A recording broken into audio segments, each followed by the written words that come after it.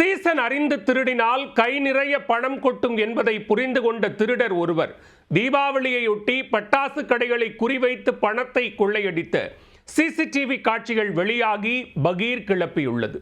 பக்கத்தில் ஆட்கள் தூங்கிக் கொண்டிருக்கும் போதே பதுங்கி பதுங்கி கொள்ளையடித்த நபர் சிக்குவாரா?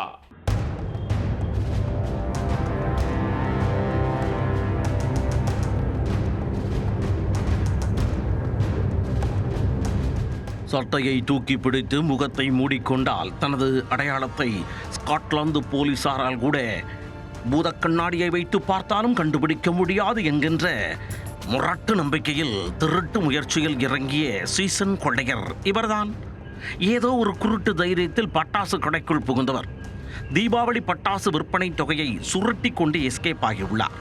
சிவகாசியில் இருந்து பட்டாசை கொள்முதல் செய்து விற்பனைக்கு அனுமதி வாங்கி கடையமைத்து நாள் முழுவதும் அமர்ந்து பட்டாசு விற்று சேர்த்த பணத்தை நொடியில் சுருட்டி சென்ற திருடர் சிக்குவாரா? பள்ளிக்கரணை நாராயணபுரம் பகுதியில் தான் தீபாவளியை ஒட்டி அந்த பட்டாசு கடை அமைக்கப்பட்டிருந்தது.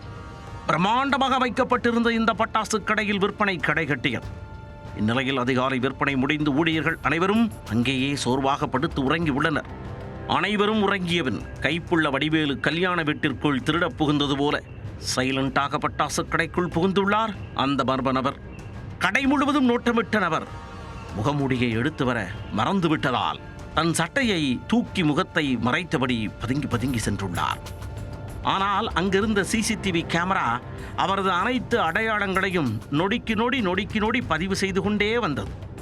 கடை முழுவதும் இன்ச்சு பை இன்ச்சாக நோட்டமிட்ட அவர் கடைசியில் கல்லாப்பட்டியை கண்டுபிடித்து கலெக்ஷன் தொகையை களவாடி உள்ளார்.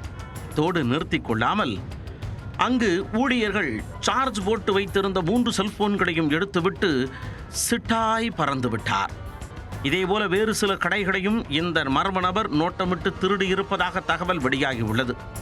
தீபாவளியையொட்டி பட்டாசு கடைகளை குறிவைத்து கொள்ளையை அரங்கேற்றிய திருடனை போலீசார் சிசிடிவி காட்சிகளை கொண்டு தேடி வருகின்றனர். சிக்கினால் அவருக்கு தனி தீபாவளி கண்டிப்பாக உண்டு.